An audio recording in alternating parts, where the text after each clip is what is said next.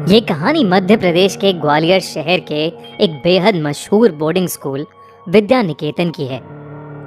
उस स्कूल का डिसिप्लिन और पढ़ाई जितनी फेमस थी, उतनी ही फेमस थी उस स्कूल हॉस्टल की भूतिया स्टोरीज। एक रात 12th क्लास के 4 दोस्त मिलकर वहीं भूतिया बातें डिस्कस कर रहे थे, जब उनमें से एक लड़का सूरज कहने लगा कि उसके पास एक ऐसा गेम है जिसकी हेल्प से वो ये पता लगा सकते हैं कि हॉस्टल की सब फेमस बातें सच भी हैं या नहीं। सब वो गेम खेलने के लिए तैयार हो गए, मगर रवि उस वक्त किसी भी बात पर ध्यान नहीं दे रहा था, क्योंकि वो अपने फोन पर विंजो ऐप पर लूडो खेल रहा था और पैसे कमा रहा था।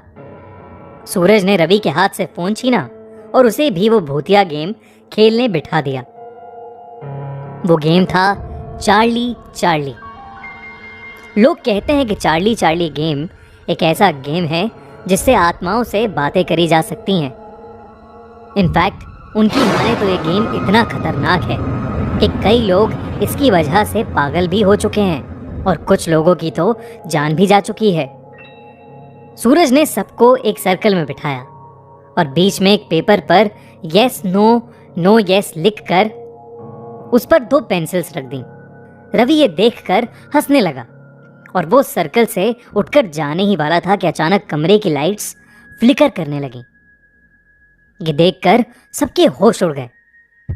तभी सूरज ने रवि से वापस आराम से बैठने को कहा और फिर सूरज ने गेम की तरफ देखते हुए कहा, Charlie Charlie are you there? यानी चार्ली चार्ली क्या तुम यहाँ हो? चार्ली चार्ली क्या तुम यहाँ हो? ये कहने के बाद सब वेट करने लगे, पर कमरे में कुछ नहीं हुआ। सूरज ने दोबारा वही सवाल पूछा, तब भी कुछ नहीं हुआ। इस पर रवि ने उस गेम का मजाक उड़ाना शुरू कर दिया। लेकिन तभी सर्कल के बीच पड़ा पेपर जोर से हिलने लगा। उस पर रखी पेंसिल्स भी इधर उधर रोल होने लगीं। सूरज ने फिर से वही सवाल पूछा, चार्ली चार्ली क्या तुम यहाँ हो? और तभी पेंसिल घूमकर यस पर पॉइंट करने लगी। सब हैरान होकर एक दूसरे को देखने लगे।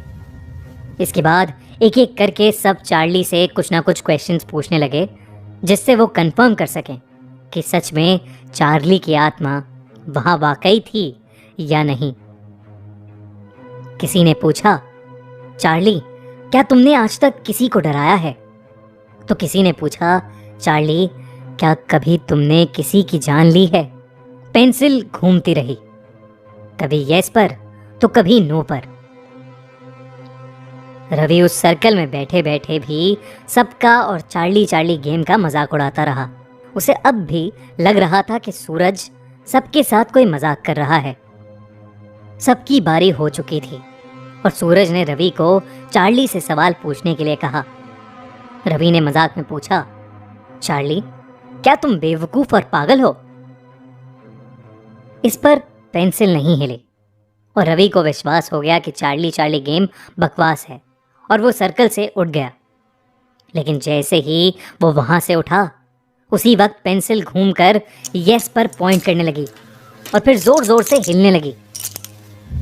कमरे की लाइट्स अब और जोर से फ्लिकर कर रही थीं। सब डर के मारे अपनी जगह पर जम से गए थे। तभी अचानक से लाइट चली गई और पूरे कमरे में अंधेरा हो गया। उस अंधेरे में उन दोनों लड़कों को बस 2 चमकती लाल आंखें दिख रही थीं, जिसे देखकर वो बुरी तरह डर गए थे। सूरज ने जल्दी से जाकर लाइट ऑन की। तभी सबकी नजर रवि पे गई और सभी ने जो देखा वो देखकर सबके पैरों तले जमीन खिसक गई। रवि का चेहरा अचानक नीला पड़ गया था। धीरे धीरे वो वहीं खड़ा खड़ा कांपने लगा। उसकी आंखें सफेद हो गई थीं और वो एक अजीब सी आवाज में चिल्लाने लगा, जैसे कोई उसका गला घोट रहा हो।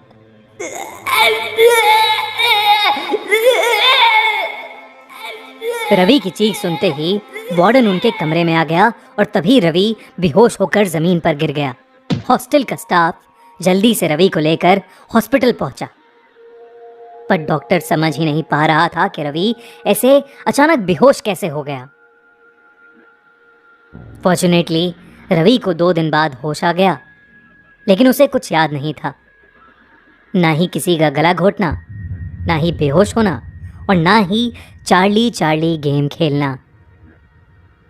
सूरज और उसके बाकी दोस्तों ने डिसाइड किया कि वो लोग फिर से ऐसा कोई भूतिया गेम नहीं खेलेंगे।